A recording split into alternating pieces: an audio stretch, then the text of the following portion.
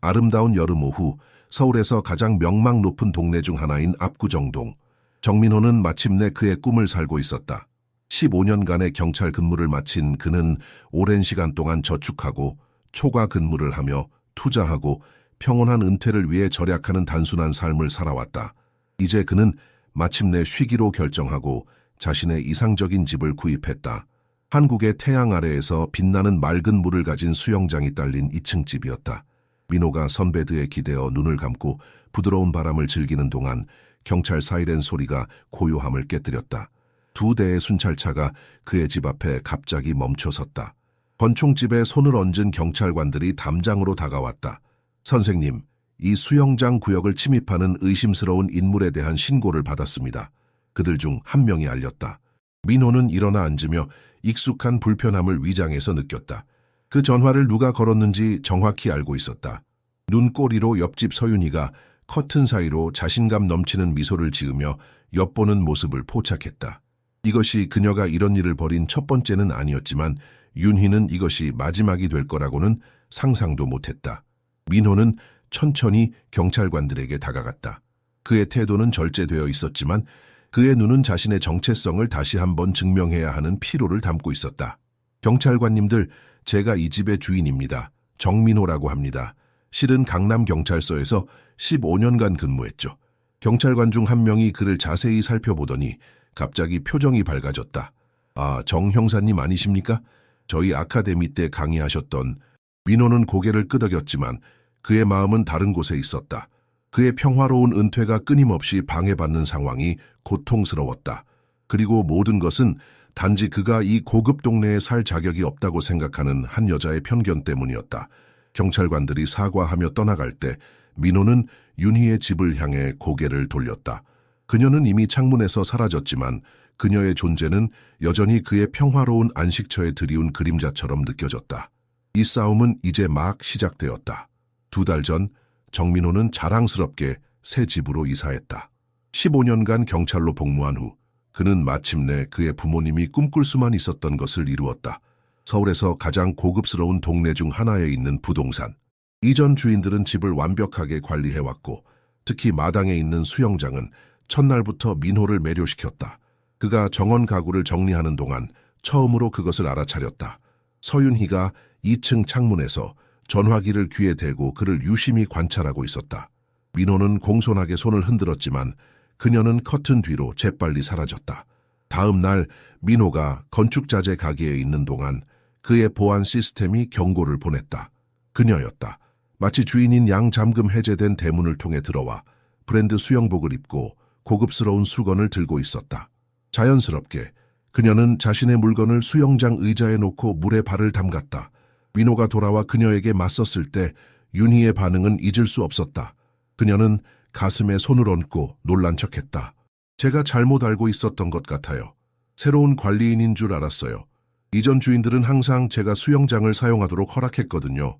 윤희의 말에는 어떤 진심도 느껴지지 않았다. 그녀의 말투에는 미묘한 무시가 배어 있었고 그것은 민호의 피를 끓게 만들었다. 그러나 15년간의 경찰 훈련은 그에게 침착함을 유지하는 법을 가르쳤다. 죄송합니다만 저는 관리인이 아닙니다. 새 주인입니다.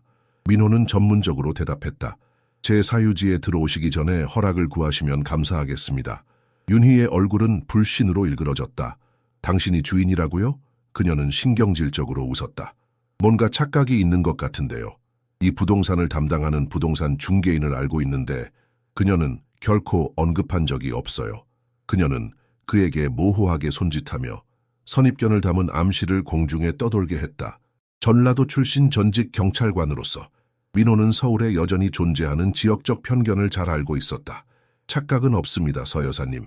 이곳은 제 집이고 당신은 침입하고 계십니다. 나가주시기 바랍니다.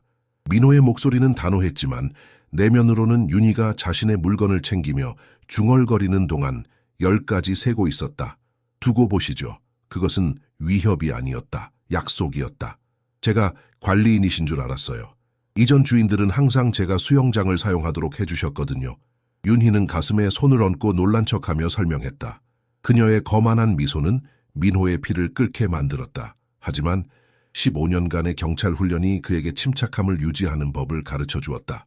부인, 저는 관리인이 아닙니다. 새 주인입니다.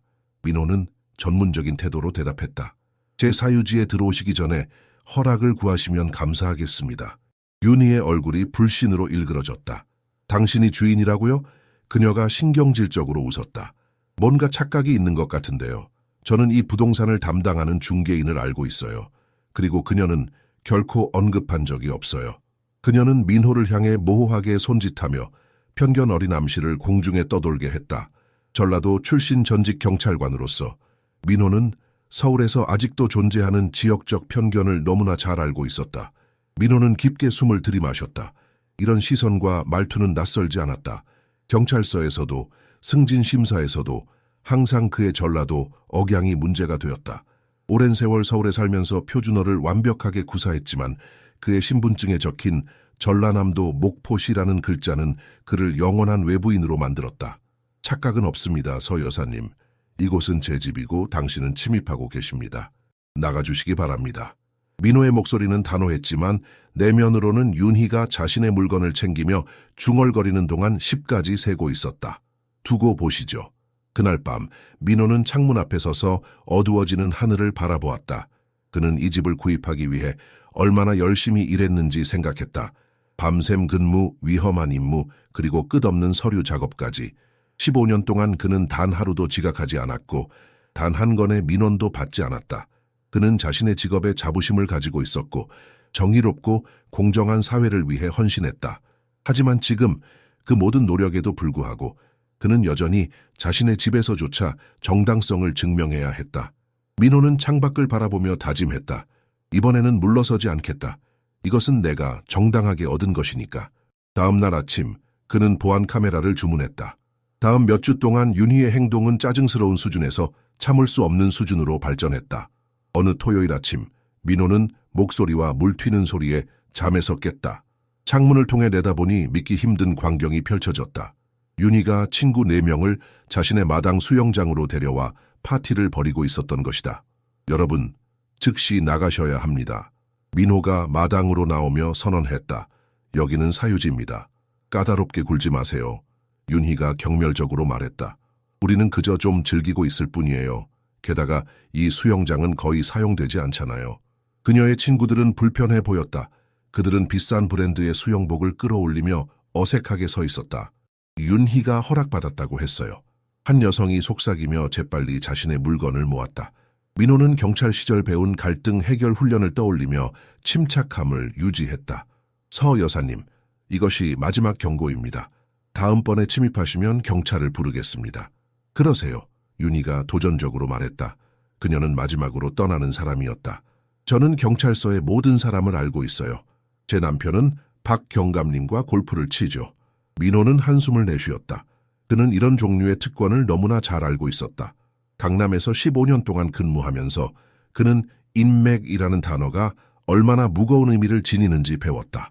어쩌면 윤희의 남편은 정말로 그의 전 상관과 골프를 칠지도 모른다. 하지만 이제 그것이 무슨 소용인가.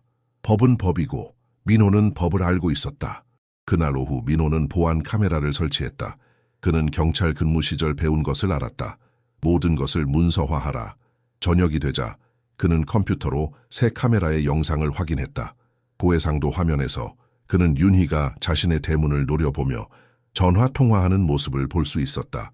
그녀의 입술이 움직이는 것을 지켜보니 이것이 끝이 아니라는 것을 알 수 있었다. 자신의 작은 아파트에서 이 고급 동네로 이사 온 이후 민호는 천천히 자신감을 키워왔다.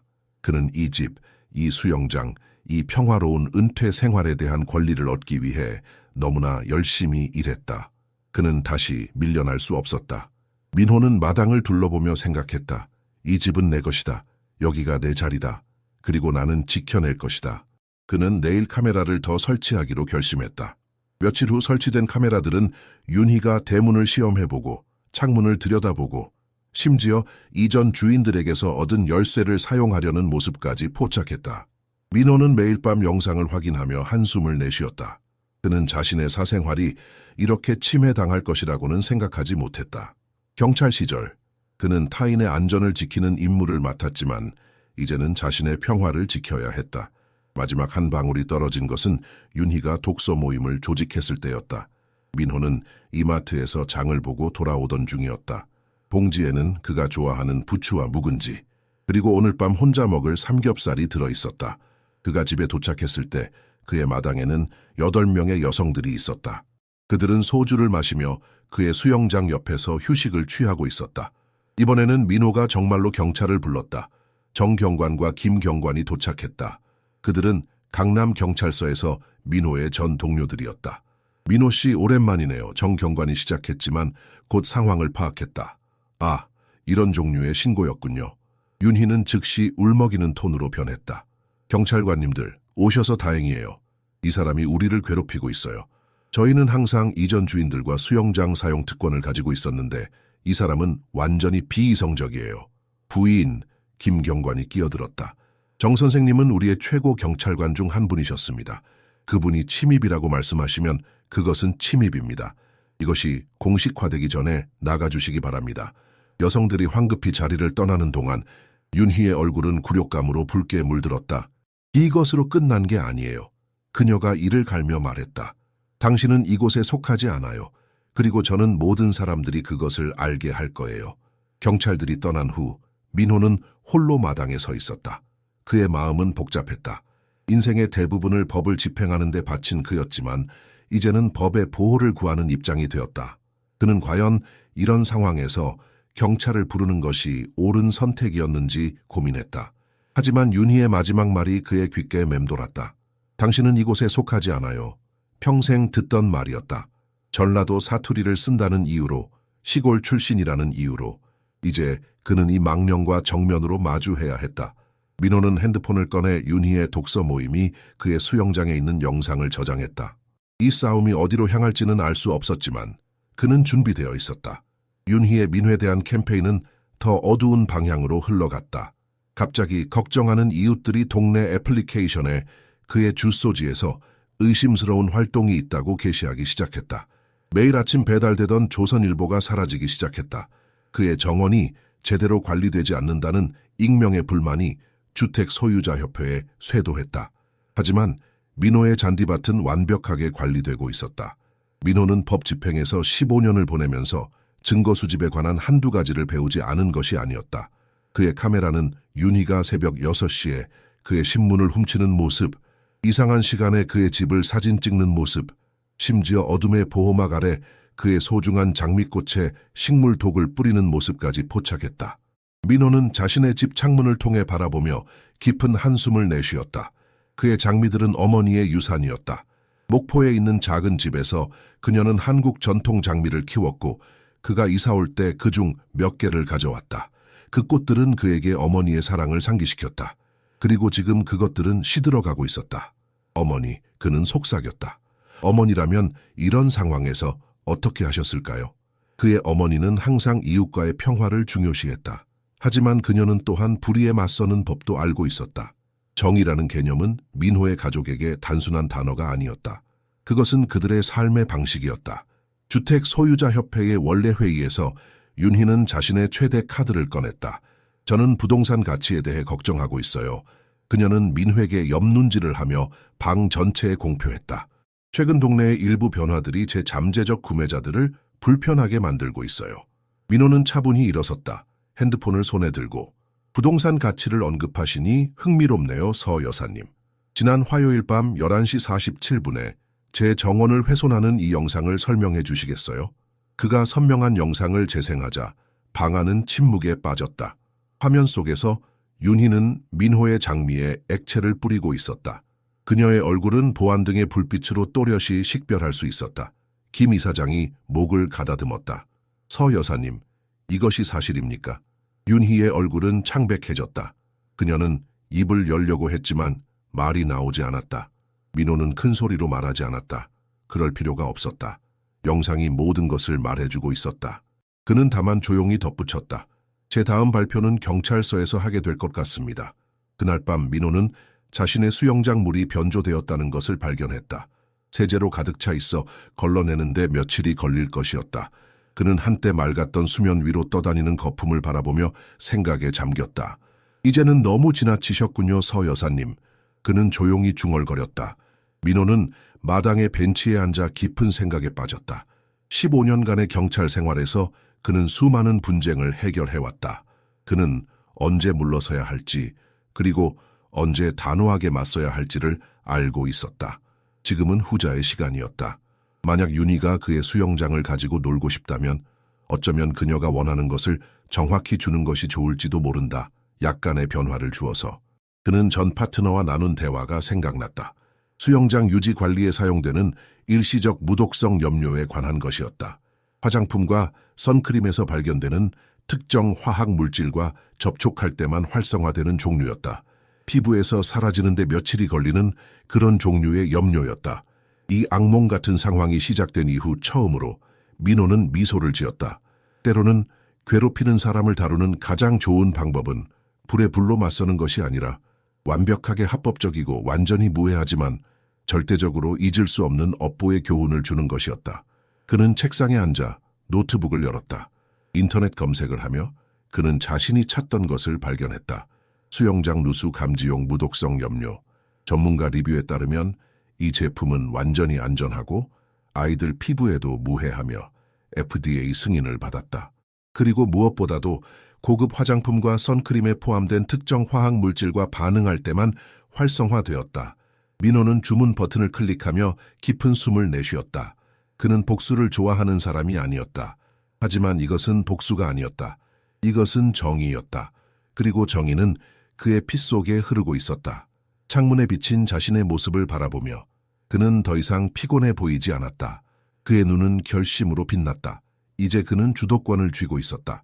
그리고 그는 이것이 윤희에게 중요한 교훈이 될 것임을 알고 있었다. 어쩌면 그녀의 친구들에게도. 서 여사님, 그는 조용히 말했다. 당신은 잘못된 사람과 싸우고 있습니다. 민호는 배달이 도착하기를 기다리며 차분히 계획을 세웠다. 민호는 먼저 작은 양동이에 염료를 시험해 보았다. 그는 윤희가 수영장 근처에 놓고 간 그녀의 가장 좋아하는 브랜드의 선크림을 조금 넣었다. 결과는 완벽했다. 최소 일주일 동안 자연스럽게 사라지지 않을 선명한 밝은 녹색. 해롭지 않고 영구적이지 않으며 그저 믿을 수 없을 정도로 창피한 색상이었다. 택배 상자를 열며 민호는 사용 설명서를 꼼꼼히 읽었다. 수영장 진단용 염료, 무독성, 무자극성, 피부 알레르기 테스트 완료. 그는 안도의 한숨을 내쉬었다.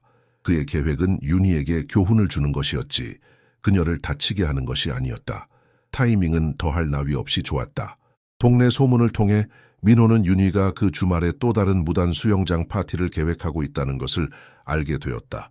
지역 부동산 가치를 지원하기 위한 작은 모임이라고 그녀가 모두에게 말했지만 사실은 새 이웃을 불편하게 만들자는 암호였다. 민호는 꼼꼼히 준비했다. 그는 수영장의 모든 각도를 포착할 수 있도록 3개의 추가 숨겨진 카메라를 설치했다. 제조업체에서 권장하는 정확한 농도를 사용하여 염료를 첨가했다. 어떤 관찰자에게도 물은 완전히 정상적으로 보였다. 맑고 초대하는 듯했다. 그날 밤 그는 윤희가 자신의 정원에서 전화통화를 하며 그의 집을 향해 열정적으로 손짓하는 것을 알아차렸다. 민호는 창을 열어 그녀의 대화를 우연히 엿들었다. 그래, 그는 보통 토요일에는 하루 종일 외출해. 그녀가 민호가 들을 수 있을 만큼 큰 소리로 말했다. 날 믿어, 우리는 문제가 없을 거야. 네 가장 좋은 수영복을 가져와. 민호는 비디오 녹화 설정을 다시 확인했다. 모든 카메라가 작동하고 있었다. 그는 수영장 물을 한 번 더 검사했다. 완벽하게 정상적으로 보였지만 그는 그 안에 어떤 깜짝 놀랄 요소가 숨겨져 있는지 알고 있었다. 이것은 복수가 아니었다. 그는 여전히 자신에게 그렇게 말했다. 이것은 교훈이었다. 무해하지만 잊을 수 없는 교훈. 민호는 계획표를 작성했다. 내일 그는 그의 차를 장식하고 윤희가 그를 떠나는 것을 보게 할 것이다. 그런 다음 옆문으로 다시 들어와 서재로 갈 것이다. 거기서 그는 완벽한 관찰 지점을 가지게 될 것이다. 민호는 침대에 누워 처음으로 몇 주 만에 평화롭게 잠들었다. 내일 정의가 실현될 것이다. 그리고 그것은 밝은 녹색일 것이다. 네, 그 사람은 보통 토요일에는 하루 종일 집을 비워요. 윤희가 민호가 들을 수 있을 만큼 크게 말했다. 날 믿어요. 문제 없을 거예요. 가장 좋은 수영복을 가져오세요. 민호는 다음 날 아침 차를 정리하며 혼자 미소 지었다. 윤희가 그가 떠나는 것을 볼 수 있도록 확실히 했다. 하지만 떠나는 대신 그는 모퉁이에 주차하고 옆문을 통해 돌아와 수영장이 완벽하게 보이는 서재로 향했다. 그의 휴대폰의 보안 앱이 정확히 예상 시간에 경고음을 울렸다. 윤희가 그의 뒷문을 시험하고 있었다. 이번에는 민호가 분노를 느끼지 않았다. 그는 단지 의자에 편안히 앉아 녹화할 준비가 된 전화기를 들고 업보가 제 역할을 하기를 기다렸다. 정확히 오후 2시 윤희가 화려하게 등장했다. 그녀는 마치 주인인 것처럼 민호의 대문을 통해 당당히 걸어 들어왔고 모두 비싼 해변 가방을 들고 명품 수영복을 입은 6명의 친구들이 그녀를 따랐다. 그들은 숙련된 효율성으로 작은 파티를 준비했다. 수입, 샴페인병, 고급스러운 간식, 그리고 현대 트로트를 연주하는 블루투스 스피커. 민호는 자신의 녹화 각도를 확인했다. 완벽했다. 한 카메라는 수영장 전체를, 다른 하나는 입구를, 세 번째는 선베드 영역을 포착하고 있었다. 그는 자신이 전문가처럼 느껴졌다. 어쩌면 은퇴 후 보안 컨설팅을 시작할 수도 있을 것이다. 아이러니하게도 윤희 덕분에 그는 새로운 열정을 발견하고 있었다. 여러분, 우리의 토요일 안식처에 오신 것을 환영합니다. 윤희가 잔을 들어 올리며 선언했다. 새 주인이 모르는 것은 그를 해치지 않을 거예요. 여성들은 긴장하며 웃었지만 서울의 더운 오후에 수영장께에서 열리는 프라이빗 파티의 약속은 그들의 망설임을 빠르게 극복했다. 하나씩 그들은 자신의 비싼 선크림을 듬뿍 발랐다. 정확히 민호가 테스트했던 브랜드들이었다. 그는 깊은 만족감을 느끼며 관찰했다. 그들은 아무것도 의심하지 않았다. 수영장 물은 완벽하게 맑고 청명했다. 윤희가 먼저 물에 들어갔다 우아하게 첨벙거리며 물이 완벽해요, 그녀가 외쳤다. 그녀의 친구들이 따라 들어갔고 곧 모두가 수영하고 있었다. 천천히 효과를 보이기 시작하는 화학 반응에 전혀 알지 못한 채 민호는 침착하게 녹화하며 과학이 그 마법을 행하기를 기다렸다. 여러분, 우리의 토요일 안식처에 오신 것을 환영합니다. 윤희가 잔을 들어 올리며 선언했다. 새 주인이 모르는 것은 그를 해치지 않을 거예요. 여성들은 긴장하며 웃었지만 유혹은 너무 컸다. 맑은 푸른 물은 서울의 후텁지근한 여름 오후에 완벽한 탈출구였다. 그들은 하나씩 윤희를 따라 수영장에 들어갔다. 민호는 그의 서재 창문에서 지켜보며 경찰 시절 감시 임무를 떠올렸다. 인내는 그가 가장 뛰어난 덕목이었다. 그는 기다릴 수 있었다. 모든 것은 윤희의 친구 선미에게서 시작되었다. 윤희 씨, 당신 피부가 좀 이상해 보여요? 그녀는 공포에 질린 표정으로 자신의 팔을 바라보고 있었다. 밝은 오후 햇살 아래 뚜렷한 녹색 색조가 그녀의 피부에 퍼지고 있었다.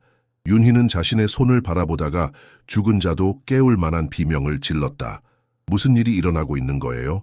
그녀의 평소 창백한 피부가 선명하고 뚜렷한 녹색 톤으로 변하고 있었다. 공포가 휩쓸었다. 여성들은 비명을 지르며 수영장에서 뛰쳐나와 자신들의 물건을 움켜잡았다. 그들의 비싼 화장품이 이제 얼굴을 타고 녹색으로 흘러내리고 정성스럽게 매니큐어를 한 손은 마치 식용 색소에 담갔던 것처럼 보였다. 내 딸 결혼식이 다음 주예요. 한 여성이 이제 녹색이 된 자신의 다리를 살펴보며 한탄했다. 사진에 이렇게 나오게 생겼네요. 윤희는 그곳에 서 있었다. 물이 뚝뚝 떨어지고 온통 녹색인 채로 그녀의 얼굴은 분노로 일그러졌다. 이것은 고의적인 거예요. 그녀가 더듬거리며 미친 듯이 주위를 둘러보았다. 그때 그녀는 카메라 중 하나를 발견했다. 작은 빨간 불빛이 즐겁게 깜박이는. 민호는 그 순간을 영원히 기억할 것이다. 윤희의 눈이 카메라를 발견하고 그녀의 표정이 깨달음에서 공포로 그리고 마침내 순수한 분노로 바뀌는 그 순간을 그는 자신이 비열한 사람이 아니라는 것을 알고 있었다. 하지만 이 순간만큼은 온전히 만족스러웠다. 이어진 탈출 장면은 올림픽 단거리 선수도 기록을 깰 만했다. 녹색 기운이 감도는 6명의 여성들이 명품 수영복 차림으로 동네를 가로질러 달리며 젖은 발자국을 보도에 남겼다. 민호는 녹화를 멈추었다. 그는 단지 교훈을 주려고 했을 뿐이었다. 하지만 그가 방금 목격한 것은 역사적인 순간이었다. 강남의 명문가 여성 6명이 녹색으로 물들어 거리를 질주하는 광경. 이제 그는 중얼거렸다. 진짜 재미가 시작되는군. 녹색 물감에 젖은 6명의 여성들이 동네를 가로질러 달리는 모습은 녹색 파도처럼 소셜미디어에서 퍼져나갔다. 민호는 영상을 완벽하게 편집했다. 윤희의 이전 침입 장면들로 시작해 수영장 파티 참사로 이어지는 일련의 사건들을 담았다. 몇 시간 내에 네이버와 카카오 같은 플랫폼에서 수백만 조회수를 기록했다. 침입자, 초록색 질투를 얻다라는 제목이 가장 많이 언급되는 헤드라인이 되었다. 민호의 전화기는 쉬지 않고 울렸다. 옛 동료들, 친구들, 심지어 지역 뉴스 채널에서도 연락이 왔다. 모두가 같은 질문을 했다. 녹색 물감은 어디서 구했나요? 그는 침착하게 모든 인터뷰 요청을 거절했다. 이것은 명예나 유명세에 관한 것이 아니었다. 이것은 그저 정의였다. 그러나 인터넷은 자신만의 생명력을 가지고 있었다. 녹색 정의, 룬마라 수영장 침입자, 전직 경찰의 복수 같은 해시태그가 전국에서 트렌드가 되었다. 한 유명 코미디언은 인기 예능 프로그램에서 요즘 누군가의 집에 초대 없이 가면 당신은 녹색으로 돌아올 수 있어요 라고 농담했다. 윤희의 부동산 중개회사는 이 바이럴 재앙을 무시할 수 없었다. 그녀의 카카오톡 비즈니스 페이지는 녹색 이모티콘 댓글로 넘쳐났다. 잠재적 고객들은 사유지를 침범하는 중개인을 어떻게 신뢰할 수 있느냐고 질문했다. 월요일 아침 회사는 성명을 발표했다. 저희는 재산권 존중을 자랑스럽게 생각합니다. 비디오에 보여진 행동은 저희 회사의 가치를 반영하지 않습니다. 민호는 자신의 핸드폰을 내려놓고 창 밖을 바라보았다. 그의 수영장은 다시 맑고 평화로워 보였다. 물속에 녹색 염료의 흔적은 없었지만 그 파동은 여전히 동네 전체를 통해 퍼져나가고 있었다. 어제 그는 이웃 김 여사가 문을 두드리는 소리를 들었다. 그가 문을 열었을 때 그녀는 수제 김치 한 통을 들고 서 있었다. 더 일찍 말했어야 했어요. 그녀가 말했다. 윤희는 작년에 제 설날 장식이 너무 전통적이다라며 주택협회에 신고했거든요. 민호는 미소를 지었다. 김치의 향기가 그에게 어머니와 고향을 생각나게 했다. 어쩌면 그는 마침내 이곳에서 집을 찾았는지도 모른다. 그날 밤 그는 어머니에게 전화를 걸었다. 어머니, 드디어 이웃들이 저를 받아들이기 시작한 것 같아요. 윤희의 부동산 중개회사는 이 바이럴 재앙을 무시할 수 없었다. 그녀의 카카오톡 페이지는 녹색 이모티콘 댓글로 넘쳐났다. 잠재적 고객들은 사유지를 침범하는 중개인을 어떻게 신뢰할 수 있느냐고 질문했다. 동네의 분위기는 극적으로 변했다. 전에는 민호와 눈 맞춤을 피하던 사람들이 이제는 대화를 나누기 위해 멈춰섰다. 길 건너편에 사는 김 여사는 그녀의 유명한 수제 김치를 가져왔다. 더 일찍 말했어야 했어요. 윤희는 작년에 제 설날 장식이 너무 전통적이다라며 주택협회에 신고했거든요. 민호는 이 작은 김치통에 담긴 의미를 이해했다. 그것은 단순한 음식이 아니었다. 그것은 받아들임의 표시였다. 김치를 맛보며 그는 전라도 어머니의 손맛이 생각났다. 어쩌면 다음에 어머니가 방문하실 때 그녀도 이웃들과 함께 김치를 담글 수 있을지도 모른다. 윤희의 마지막 복수 시도는 수영장에서의 위험한 화학 물질 사용에 대해 논의하기 위한 주민회의를 조직하려 했을 때 완전히 실패했다.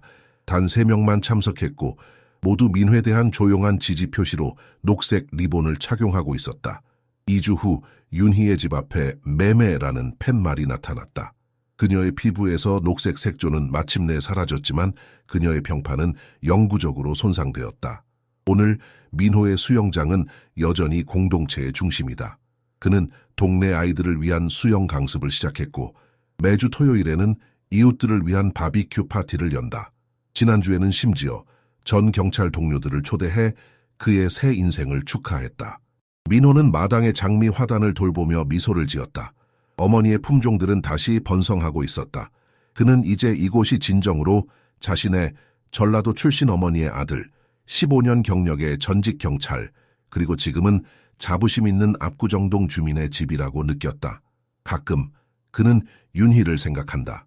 그녀의 집은 이제 젊은 부부가 살고 있고 그들의 아이들은 종종 민호의 수영장에서 수영하도록 초대받는다. 그는 윤희가 어디서든 녹색이 아닌 다른 색의 인생을 살고 있기를 바란다. 민호는 수영장 의자에 앉아 평화로운 한숨을 내쉬었다. 때로는 정의가 찾아오는데 시간이 걸린다. 그리고 가끔은 정의는 가장 예상치 못한 색으로 온다. 그는 눈을 감고 따뜻한 햇살을 즐겼다. 마침내 이곳이